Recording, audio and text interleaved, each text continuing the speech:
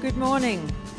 My name's Jodie Turner and I work in Human Resources here at the university. And you've come to the session called Careers of the Future. So I'd like to start off by just acknowledging the traditional owners of the land on which we work and live, and recognise their continuing connection to the land, the water and the community. And I pay my respects to elders past, present and emerging. So this morning, as I said, we're talking about careers of the future. At USC, the courses we have a focus on practical learning in the workplace.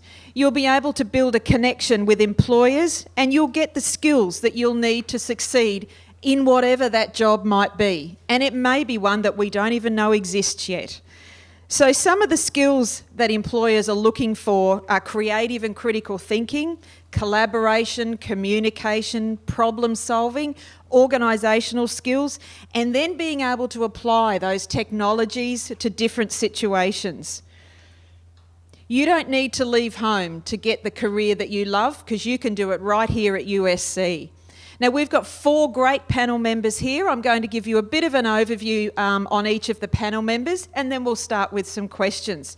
So next to me on my left I have Dr. Nick Stevens. So Nick is USC's Senior Lecturer in Regional and Urban Planning and is about to launch a new program in urban design and town planning, which puts people back into that equation. He's known as one of USC's most engaging and inspiring lecturers, and many of his successful graduates and students had never considered undertaking urban planning as a career before hearing Nick speak. No pressure, Nick. Sitting next to Nick is Dr. Jane Fines-Clinton. Jane is a busy and revered journalist working in metropolitan news, features, magazines, as well as lecturing in journalism here at USC. Jane's passionate about her profession of journalism and its future, and she's dedicated in helping to prepare students for their place in the journalism future. Ben Lucas. Ben is USC's Senior Lecturer in Prosthetics and Orthotics, and before moving into academia, Ben worked as an orthotist for children's hospitals and private clinics, and he has developed Australia's first undergraduate program in prosthetics and orthotics right here at USC. It's a new and it's a niche career in the allied health sector. And while the technological developments are exciting, at the heart of this program is the people. Right at the end of the panel, Dr. Graham Ashford. So Graham is USC's Senior Lecturer in Environmental and Natural Resource Economics. He's also the Associate Dean for Learning and Teaching in the Faculty of Science, Health, Engineering and Education, and he's responsible for leading the faculty to enhance its learning and teaching and develop high-quality programs and enriched learning environments. Graham's been recognised nationally and internationally for awards for his contribution to improving learning and teaching for students. So as you can see, we have quite a experienced and a broad range of academics here to share their journeys with you. Okay, Jane, I might throw the first question to you. Can you talk about the students that enrol in journalism and what sort of students do well there? Okay, we get a very broad range of students come to us. Most of them have done well in English, that's usually, or they know they like people and communication, so they sort of think journalism might be for them. I would say the students, though, we have students from OP1s right through. So OP, in my experience, is not necessarily a measure of the best graduate outcomes and also the best graduates ultimately, in my field anyway. The keys that are essential for those students who are successful in my field are an innate curiosity. I know that sounds, and it's very hard to measure, let me tell you. So curiosity about the world, about other people, a desire to tell others things, so they're pretty good gossips, a bit nosy. I said being nosy is a good thing if you're a journalist. And also a dedication to trying to produce material that is sort of ethical and ethically sound and professionally, back-upable. So that you know the building blocks that need to be in place in order to produce something that needs to go to air or to be published. So some of those things are very hard to measure. And some of those things we can build, a skill base. The other big element that we do well, and we had to restructure our whole program because of this, is that they all have to graduate with experience. Because when you apply for a job and they say it's all very well, you've got a degree, but where's your experience? It's very hard when you come out of university without any of that. So we've got a lot of experience built into where people get published or broadcast with their work along the way. So my next question is to Ben, and I guess when we think about careers in health, we think about nursing, medicine, but there's so many opportunities to help people. And as we said, with Ben's area in prosthetics and orthotics, that's a brand new program for USC. Ben, what's so special about this program, and why do you think it was something that you chose as a career? So prosthetics and orthotics it's a pretty small field in the allied health. And is really kind of misunderstood in a lot of ways. So prosthetics has made a lot of headlines recently with 3D printing and kind of sports and Paralympics. But really at the heart of it is working with individuals with limb loss is prosthetics, and an orthotics is actually the bigger one. But orthotics is when the limb is there and you're working with people that have some sort of functional deficit. So a lot of times you work with diabetes or stroke management. My specialty was actually pediatric orthotics, so mostly cerebral palsy, traumatic brain injury, those types of conditions in pediatrics. There's a lot of different variety in the field, which I think is one of the great things and one of the unique things in allied health, where you don't necessarily specialize in one thing, that you become a little bit more generalist, which is sometimes nice for variety in the workplace. The other thing that's really unique about prosthetics and orthotics is a merger of kind of engineering, technical, and healthcare. I call it the mullet of the allied health field, just because up front you're very clinical and very professional with everybody, but in the back you're basically working in an auto body shop, where you work with machineries and you work and get dirty with your hands. So it's a really great feel for people that are looking at kind of engineering, but want a little bit more with people. You actually want to talk to people. It's a really good feel for that. My background is actually biomedical engineering before I kind of fell into this field. And it's really good for people that like to tinker, because a lot of things don't exist yet in prosthetics and orthotics, and people come to you as very unique, kind of goals and things that they want. And a lot of times you have to figure out how to make that. So here at USC, the program has a couple different elements. So one element is learning the healthcare clinical side of things, so very similar to OT or physio, where you actually learn how to interact with clients, how to evaluate anatomy, physiology, all that. But then another element of it is actually how to make the devices. And so we actually have a lab where we can create the custom parts to it, and you learn how to actually take it from a person, make what they need, and then fit it back onto them and have them either walk or be evaluated with that. So that's really what the career is all about. At the heart of it is the person. The technology is always going to be changing, but at the heart of it is always the person that you're going to be interacting with. And that's really what the first thing should be with prosthetics and orthotics, is that. I think I answered your question. All right. And I wanted to clarify something real quick. So USC is only the second program in Australia. It's the only bachelor's degree. The other one is in Victoria and is a master's degree. So I didn't want to make it seem like this is the only one. But this is the only one in Queensland, and it's the only bachelor's degree. So. Thank you. Graham, we might go to you. So Graham's our Senior Lecturer in Environmental Management. So I guess in terms of the transition you've seen in that career space, can you talk us through the changes perhaps, Graham?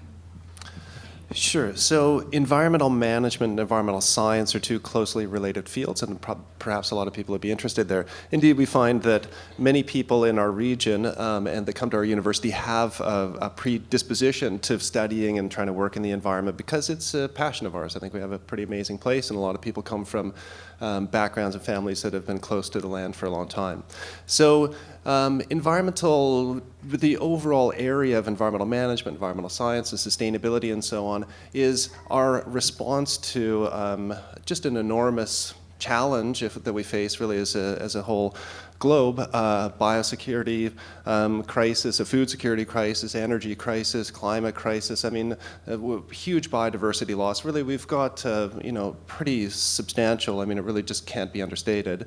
Environmental change that threatens the future, pathway of the world. So, environmental scientists, environmental managers, many in other areas in urban planning and so on, are looking at what types of actions can we take that balance off economic and social and environmental concerns and responsibilities and so on. So the environmental science program at the university is very much about lab and field work and picking up the physical and natural sciences and writing and developing scientific analysis. Environmental management is more about systems, but where those systems are combining political and cultural and economic and others. So it's kind of slightly different. Environmental scientists might be preparing the scientific reports that environmental managers get to try to make complicated decisions. But across this entire areas, the careers, might be, my own background comes from working a lot for foreign governments and UN agencies and in the climate change areas and biodiversity and so on, and international poverty alleviation. And I think that's fairly common that careers around planning and environment and sustainability and so on are just enormously diverse and possible to work from local scale, where there's really a huge amount of change and a lot of need, right up to the global scale. That's great, Graham. Thanks, Nick. I'd like to hear from you. So town planning has been a career that's been around for a while and seems a fantastic career path, but the urban design is the new kid on the block. So can you talk us through perhaps where do urban design students come from and where do they end up? What sort of roles do they end up getting employment in? Okay, yeah, thanks, Jodie. It is the new kid on the block, and I suppose what we've recognised in the program is that town planning has been around for a long time, and it's got its problems. The way that we design our cities and the spaces in which we live and play and work are really not as efficient or as good as they could be. And in fact, through an urban design approach, we're really trying to put the human back in that experience. We're getting back to the point where we're having a look at the kinds of spaces within which we actually live, work and play. Urban design and town planning too, they've got to deal with these very sort of subjective human experience issues, the way that we placemaking is a term, but also very technical engineering issues. So urban design is a way in which you can kind of conceive those together. It's an emerging discipline. It's been around for a little while, but it's often been dealt with at a postgraduate level, so someone having done architectural planning or landscape architecture. We're saying no, this is an undergraduate degree, and in fact the bachelor's degree will be the first undergraduate bachelor's degree in urban design in Australia, and it's that recognition that we need to get back to that human scale. The students come from a whole range of areas. I guess the joy of town planning is that it's the kind of degree where you can take it in a number of areas. So when we think about this generation, they're not going to do one program and then do that for the next 65 years. The research says that you're probably going to have 6 or 7 different careers over that time. So what I think urban design and town planning offers are those different pathways. You can do urban design, you can have a look at transport planning, you can be into environmental management services. I've got a friend who's a recreational planner who goes and audits all the skate parks for Brisbane City Council. You work across all different levels, and so it provides you with a whole range of different pathways within which you can pique your interest. Skills-wise, often the students come from a geography background. Communication is very important for us as well. We need to interface with a whole range of disciplines, whether it's architecture, engineering, landscape architecture, and importantly the community. And so for us, the urban design program is putting the community back in town planning, looking at the grassroots things and providing places that are enduring to people. We can't continue to develop on the outskirts of our towns. We need to have a look back into the places that we've already got and come up with better and more efficient ways of living our lives. That's great. Thank you, Nick. What I might do is throw out to the audience. Now, we've got 4 senior, very experienced academics here who will talk to you this morning about how they've seen their particular careers, I guess, develop with the changes in technology and that reflection that perhaps we need to go back to a more people-centred focus for that particular discipline. So is there anyone that's got a question for anyone in the panel about perhaps their particular discipline, or more broadly, developing a career into the future for perhaps a job that we don't know exists yet? Thank you. My question's for Jane and journalism and where you see things going with the development of online blogs and blogging taking over from advertising and this inundation of content and reduction of the value of the content and how you see journalism in a traditional sense striving to get through the current situation and where you see us ending up? Okay, right, good question. From the outset, journalism has always been a movable feast. We have this idea that sort of traditional journalism is now gone and there's this new wave coming through. It's always been like this. We've always had to move and keep up with technology and all of those things. I would say, and my students get sick of me saying this and giving examples, but has never been a more important time to be a journalist in the context of a lot of noise of people producing opinion that is uninformed largely. So there is always going to be a place for people who can synthesise information from a number of sources and sort of give you the whole picture rather than just somebody's little piece of that. Our students continue to be employed. We don't have anyone, I don't think, from last semester even waiting for a job. It's a different world in that a lot of them are getting jobs in online content production for for communications firms, but also modern media means that you have to be well versed across visual, auditory and written skills, and our students all have that.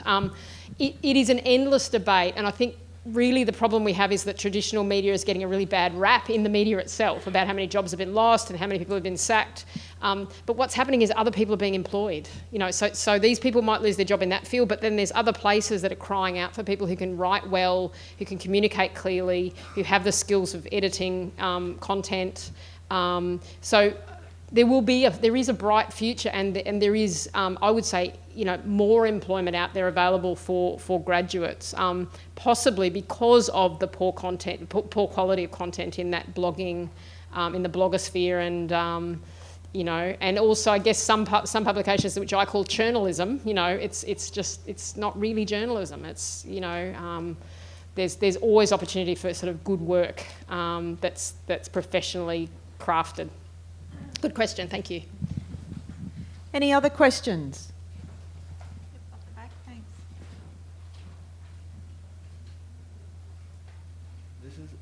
This is for the person that does journalism. If for me, I'm finishing year 12 very soon and I want to become possibly a criminal journalist, how would I have a go for that? A criminal and a journalist, or a criminal? No, criminal journalist. So a crime reporter. Yeah. How do you get it? How do you go about doing that? Yeah. I would suggest either certainly journalism skills, so Bachelor of Journalism or a Bachelor of Communication majoring in journalism, but I'd do a minor in criminology or in that legal area. There is plenty of room for that. There's a lot of work in the court reporting area as well. Because it needs to be done very carefully. It needs to be very carefully crafted. I guess it's baby steps. So have that your ultimate goal, but look at doing the courses one at a time. But get your reporting skills and your sort of legal knowledge up. So it's very easy to combine those two. Okay. Yeah. Thank absolutely. you. Thanks very much. Good morning. I just have a question about the two academics at either end of the panel, one in environmental economics and one in urban planning. How closely do those two disciplines work together? We are, exactly, symbiotic, interfaced, bookends. In fact, in the urban design and planning degree, and it was a point that Jane just alluded to, is that you can actually do minors and majors within those. And so environmental management is a major line of study within the planning degree. And that's true for, I think, a lot of our degrees as well. So planning, you can do a major in geography, environmental planning, you can do sustainability, you can do a minor in 3D visualisation, GIS, property economics. So I think that that's one of the strengths of all of our programs, is that they really do cut across, and that's important because everything that we do nothing in isolation, and nor should we. And so I think that point of these programs is a real strength. Great, thank you. Can I follow up on that? Sure, and I would just say on the other side, from environmental management, it's a very complementary in that a development occurs, an environmental manager would be working with the developer and also with the planners and so on to make sure that it occurred in the best possible way. So the environmental management program has a planning minor, And in fact, the environmental management has a journalism minor too. So maybe just to give you the perspective of when we develop these programs, and is that what we're trying to do is allow students to kind of mix and match in a way complementary discipline areas. So for example, in environmental management, you might take study the environmental management program and develop really strong skills and knowledge in environmental management, but want to be excited about communicating that, for instance, through journalism. So you might be a very well informed journalist in the environment area. Or reverse, you might do journalism, become a highly skilled journalism across all those different areas with a minor in environmental management. Similarly with planning and so on. So many of the programs at USC have this possibility of balancing, if you will, what you really want to focus on, either through the program and a minor, or kind of the inverse of that, the other program and a minor or a major. And the whole intention of that is to develop career and future-focused graduates. So one of the main curriculum design principles at our university is career and future-focused programs. And what that means is that the programs build up skills and knowledge and have industry input into them, so they're very relevant to a wide range of different careers, and they're kind of, can't really say future-proofed, but really they anticipate a lot of different types of change that would occur in the discipline areas. And how that happens is because all of our academics come from kind of long careers in industry anyway, and research in that area, and have these large networks. So we're always bringing in the forefront of our research and our knowledge to improve the programs, getting industry in, having student experiences, many of our programs, if not most of them, have a student work experience, or multiple placements and so on, because we know that getting out and working in industry, and that's part of that developing future-oriented skills, and having a career that has a lot of pathways going forward. That's great. Thanks, Graham, and thanks, Nick. Any other questions at this point for the panel? Yep, another one up the back. Great. Thank you.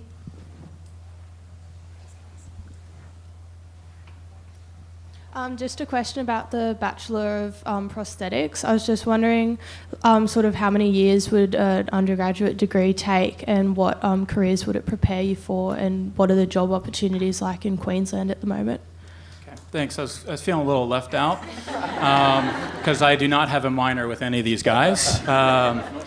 Not yet, no.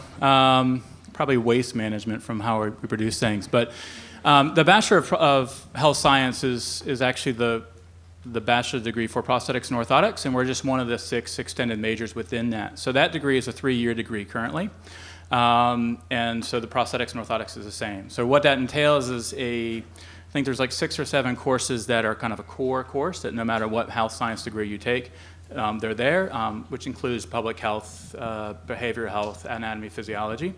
And then the last 2 years are specific to prosthetics and orthotics, where we really have a combination of courses that are specific to prosthetics and orthotics, but also some clinical courses with occupational therapists, and other courses in kind of biomechanics and functional anatomy that entails a lot of other health disciplines here. So it's a 3-year degree here. And then, you're looking for the careers. Okay, I gotta remember all the things that we say. So really the career is towards the clinical side of prosthetics and orthotics. That's the major focus of the degree, because that's the major need in that field. And what that is working either in public hospitals or private entities. There's both here in Queensland. It depends on the state you go to. So some states like Victoria are predominantly public hospitals is where they work. Here in Queensland, it's a mixture of public and private. I think the private is going to increase over the number of years just because of changes in how prosthetics and orthotics are paid for. And then also, I think technologies like advanced manufacturing, like 3D printing, is also going to change and allow smaller companies to kind of build up because you can centralize fabrication. So that's the majority of jobs that you're going to be looking for, especially right out of school. Other ones that usually come up after that are there's always ability to do academics. There's a lot of schools that are kind of starting, and there's a need for a lot of education in prosthetics and orthotics. It's very underrepresented worldwide, and especially in international situations like in Africa and Southeast Asia. There's a lot of need for actually training people on how to do these properly so that they can build themselves up.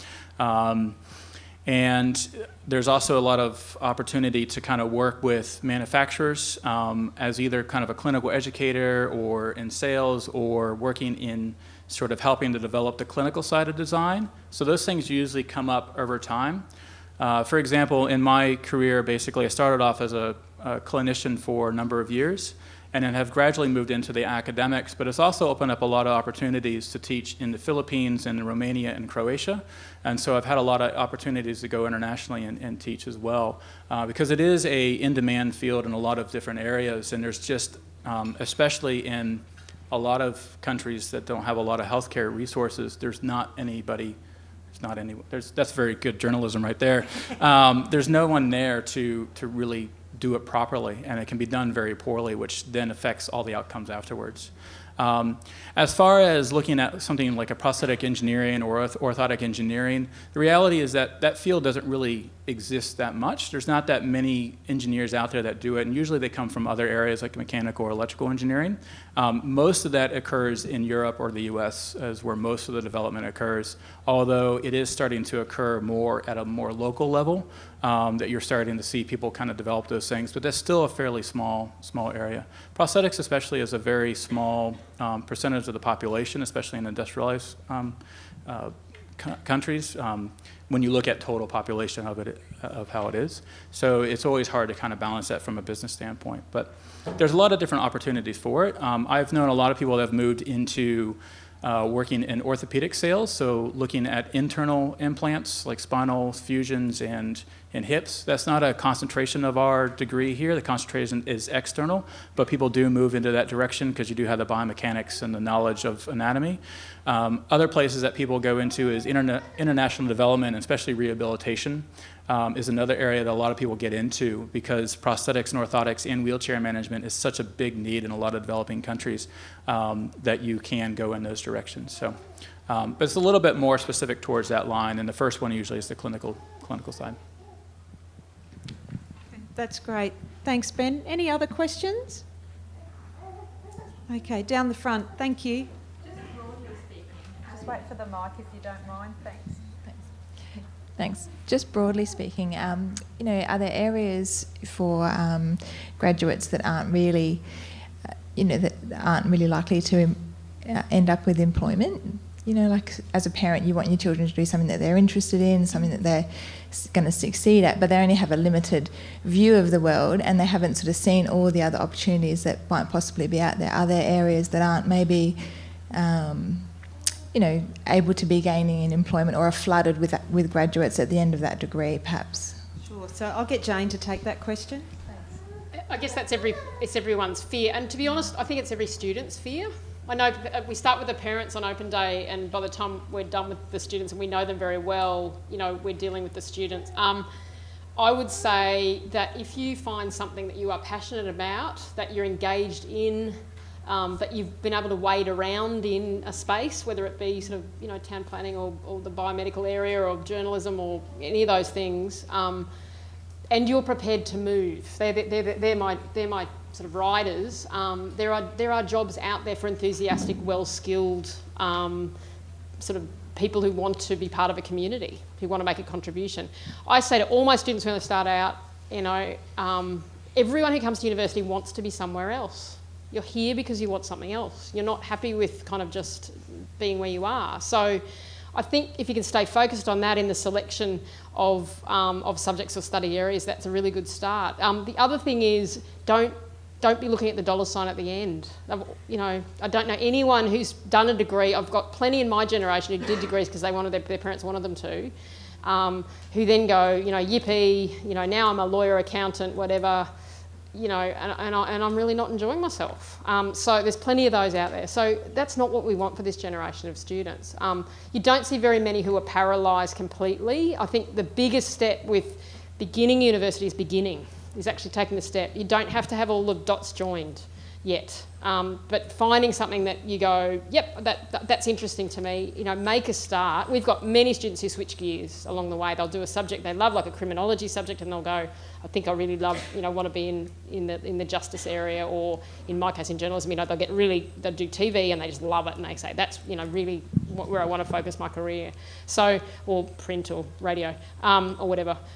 So I'd say wouldn't stress too much about the outcomes of being flooded. I'd say make sure it's something that acting out of sort of equal parts of heart and head.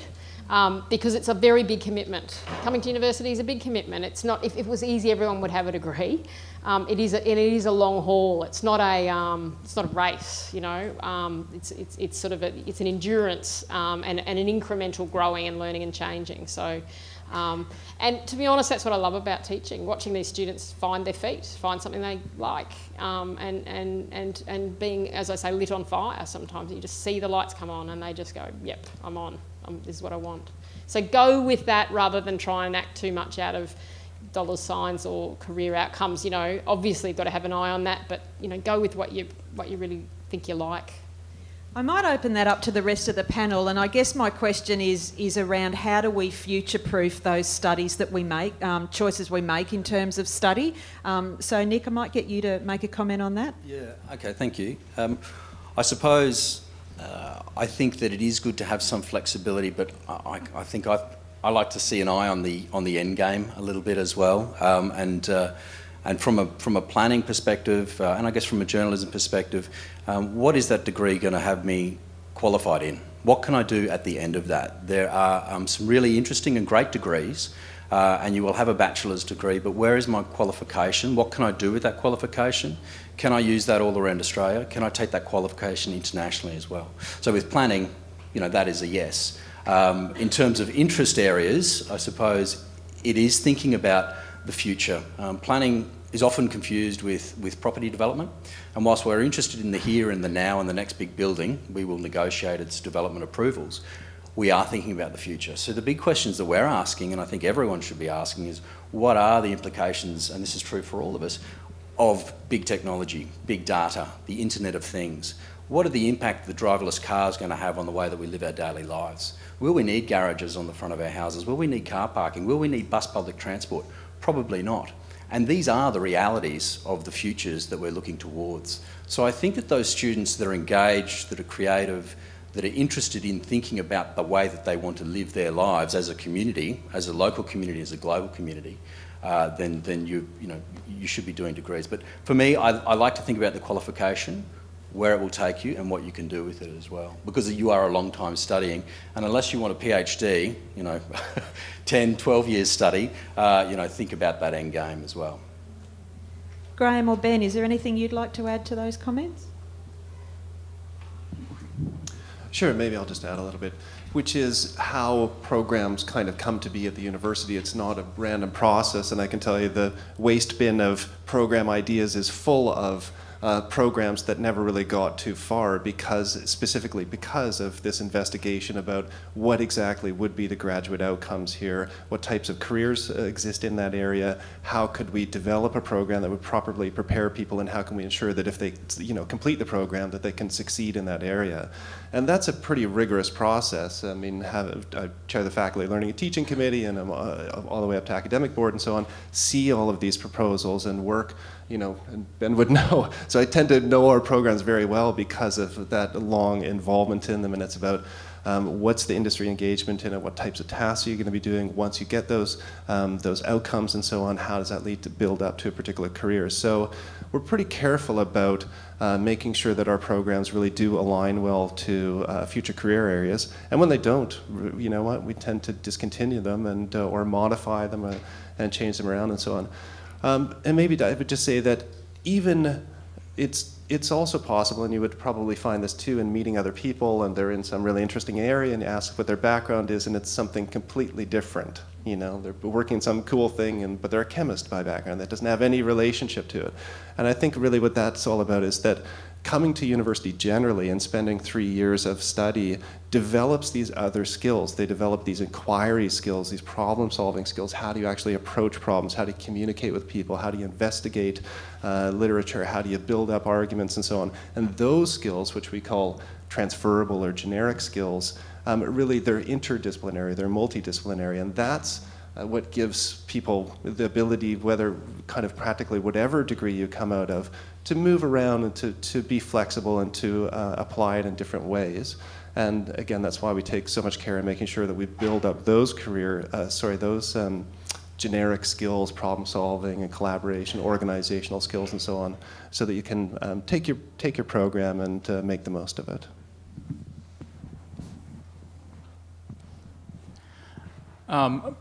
So my field's a really small one. There's only a few thousand in Australia that actually do it, and there's actually not that many in Queensland. So with that said, actually the program is here for a couple of different reasons, and that's because it is underrepresented here tremendously. Some of that is just the distribution of population here, but it's also just because there's only been one place in Australia to do it, and that's in Victoria.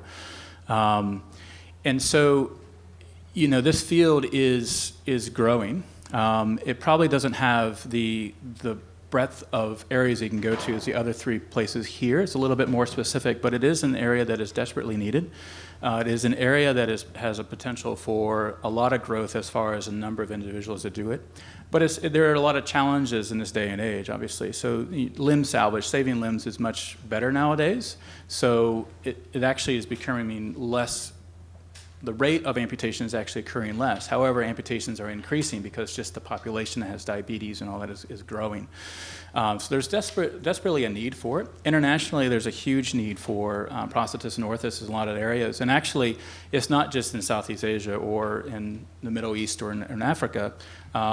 There's a place in England that owns places in England and Norway that's coming down and trying to get Australian graduates because they're not having enough in those areas. So there's opportunities worldwide.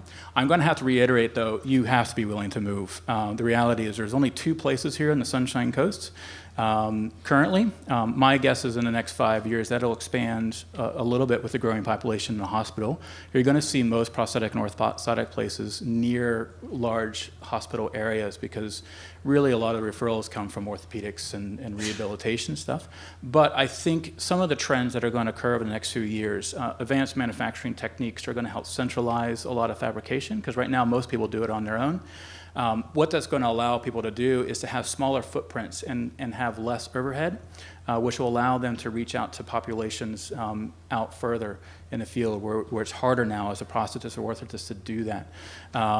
And that's a really big area is to get that way. Funding hopefully will increase. Funding is always an issue in healthcare that kind of gets down. And a lot of what happens in prosthetics and orthotics is it's misunderstood how it's funded. People see things like, oh, it's $75,000 for a prosthesis. The reality is most of them are between 10 and 15. A lot of them are $5,000. But so it's just one of those things you have to look at the future. The other thing that I'm thinking about it, one of the areas I think is going to expand tremendously is kind of this wearable technologies aspect. And we usually think of like the Fitbits and all that, but a lot of things are coming up into the careers like exoskeletal systems and who knows what's coming up. Ironman suits are probably 10 years away or something like that. And one of the things as a prosthetist and orthotist, that's not traditionally in our domain, and most people don't go out into those areas because we're so struggling to just service the people that we have. But I can definitely see that as an area to get into, is to work with engineering groups and work with other groups that are designing these systems in order to help understand how it actually interacts with a person, which I think we have one of the better understandings of. As a former engineer, I know that a lot of engineers think they know it, they just don't. But we actually work with it every single day, is how the limb and how someone interacts with an object that's directly on them. And that's something that we can transfer in. It's not occurring now, but it's definitely something that we should be looking forward to and looking to get into instead of giving it away.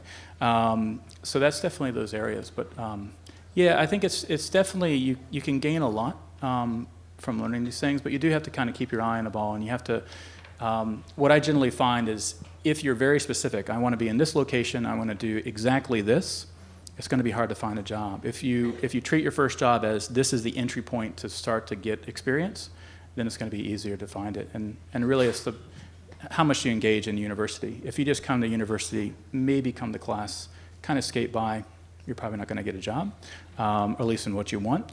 But if you're really engaged and really work at it and really get involved with the program, you'll have a lot better chance because people see that. And what people are looking for is communication skills and enthusiasm and engagement. They're not necessarily looking for you to be able to do everything on your own when you first graduate. So. That's great. Thanks, Ben. What I'm going to do is close with a question that I think has underpinned a lot of the discussions we've had today is, in terms of future-proofing your career, you really need to be picking something that you're passionate about. So I'm going to ask the panel, their last question is, what do they love about the area that they work in? So Nick, we'll start with you and then just move along the panel. Thanks. What I love about it, I suppose, is that new idea and that new direction. That finally we've got away from town planning as a completely top-down controls-based system, and that where the rubber hits the road is where we've got the bottom up, where we've got the community bubbling up.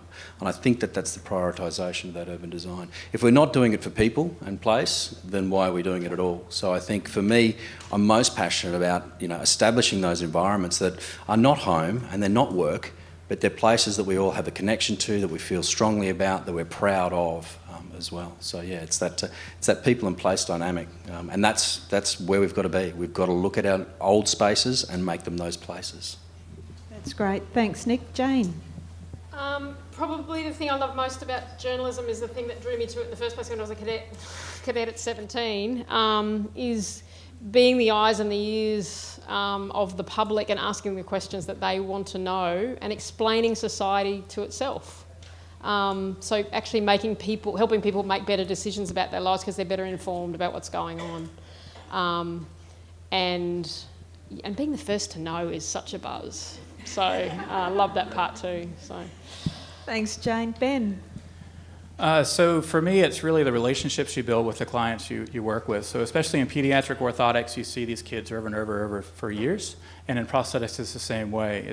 It really becomes less and less about what you're doing for them and really about the relationship you develop with them. So, and some of the best projects I've ever made are things like making a brace to look exactly like what a girl has on her doll. And that's just a really fun thing to do. And just little projects like that, those are the ones that I remember, and not a lot of the things I actually get paid for.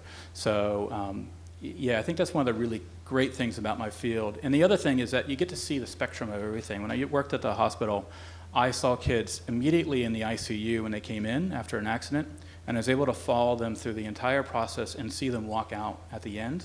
Whereas a lot of other professions like physios and OTs, they only saw their little section. They didn't get to see the whole picture. And that's a unique thing with my field, is you get to do everything. So yeah, that's kind of the passion, is the relationships there. Thanks, Graham. Sure. So I guess my passion in environment and environmental management is being involved and feeling like I'm making a difference, that I'm getting, I'm trying to solve complicated engineering, economic, climate change types of problems, that I'm working with local people or governments. I really love the fact that, one day I can be in the field in a remote village in India working with a women's group, and then next week I'll be, a high-level government meeting in Geneva or something. I like the ability to kind of go back and forth. I think maybe just in the learning and teaching side of things, which is kind of the more recent part of my career, what I really love about that is communicating that experience and that knowledge that I've gained over whatever it might be, 20 years or something like that, to people that are really quite curious about it, and communicating different dimensions of the world that people haven't thought about before, haven't heard of before, and so on. And so I find it really quite exciting, and I'm sure my colleagues would agree.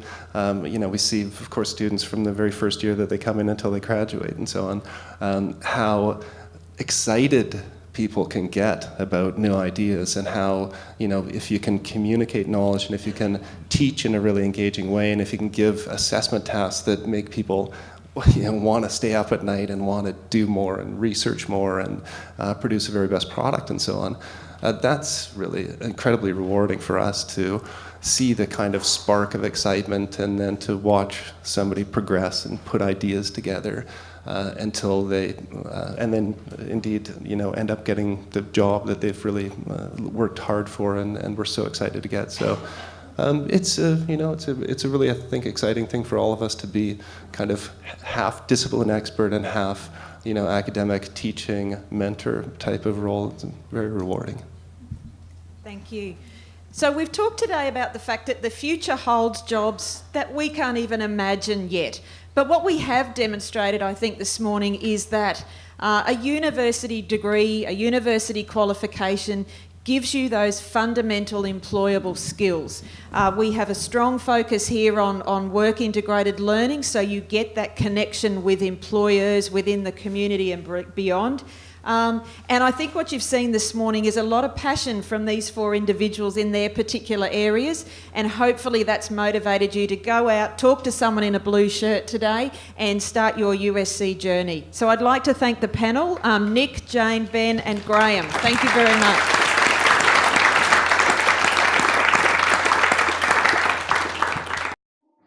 say to a first year about first year? You don't have to be 100% sure to get started. I'd say you'd feel at home here. Maybe because you are. If I was in a first year's shoes, I would say start where I started. USC, rise and shine.